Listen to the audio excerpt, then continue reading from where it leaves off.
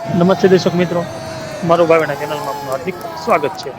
કેશોદને મળ્યું ભક્તિ અને વિકાસનું નવું નજરાણું. નવીનીકરણ પામેલા પંડિત દીનદયાળ ઉદ્યાનમાં હનુમાનજીની પ્રતિમાનું ભવ્ય અનાવરણ અને મ્યુઝિકલ ફાઉન્ટેનનું લોકાર્પણ કરવામાં આવ્યું. અહેવાલ જયભાઈ બગિયા. કરવાના છે. અહીંયા બેઠેલા લોકોએ અનાવરણ પૂર્ણ થયા પછી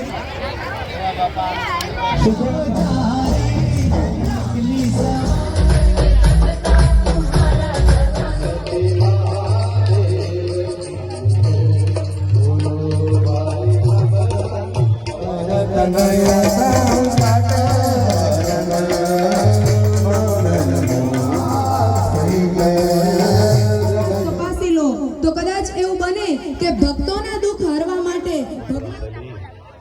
મન મને મૂકીને આવો એ મેદાનમાં અહીંયા મેદાનમાં આવી જાઓ એવી એને મદદ કરી છે. પણ દાસ પંચે દુઃખ દેવરા એવો અંજની જાયો એક ભગવાનના દુઃખ ભાંગવા માટે જો કોઈ उसे पूर्ण करने का समय आ चुका है.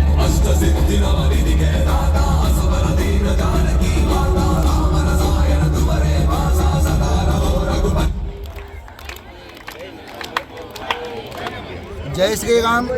આજરોજ જ્યારે કેશોદ શહેરની અંદર દિવ્ય ને ભવ્ય આયોજન કરવામાં આવ્યા એવા અમારા હનુમાન દાદાના જ્યારે અહીંયા કેશોદને નગરપાલિકાના પ્રમુખ શ્રી મેહુલભાઈ અને એમની ટીમ, એવી રીતે અમારા ધારાસભ્ય શ્રી દેવાભાઈ માલમ, એવી રીતે અમારા જૂનાગઢ જિલ્લાના જે પ્રમુખ છે ચંદુભાઈ, આવા બધા જ્યારે રાજકીય લોકો જ્યારે ધર્મને સાથે જોડાઈ જાય અને જ્યારે ધર્મના કામ કરે ત્યારે ખૂબ આનંદની અનુભૂતિ થાય છે. આજરોજ કેશોદ ગાર્ડન ખાતે ભગવાન શ્રી હનુમાન દાદાની પ્રતિમાનું અનાવરણ તેમજ કેશોદમાં સૌ પ્રથમવાર સામૂહિક હનુમાન ચાલીસાના પાઠ કરવામાં આવ્યા અને ટૂંક જ સમયમાં જે ગાર્ડનની સુવિધામાં એક વધારો થઈ રહ્યો છે તે મ્યુઝિકલ ફાઉન્ટેનનું પણ લોકાર્પણ કરવામાં આવ્યું. આ તકે કેશોદના સૌ સનાતની ભાઈઓ તથા બહેનો, ખાસ કરીને બહેનો અહીંયા બહોળી સંખ્યામાં જોડાણા એ બદલ બધાનો ખૂબ ખૂબ આભાર. કેશોદની જનતાને કાંઈ અપીલ? કેશોદની જનતાને અપીલ છે કે ભાઈ આપણું ગામ આપણે જ રહેવું હોય, ગમે નગરપાલિકાની કોઈ પણ વસ્તુ હોય એ આપણી જ હોય, એટલે કાયમી માટે કેશોદને સ્વચ્છ રાખે.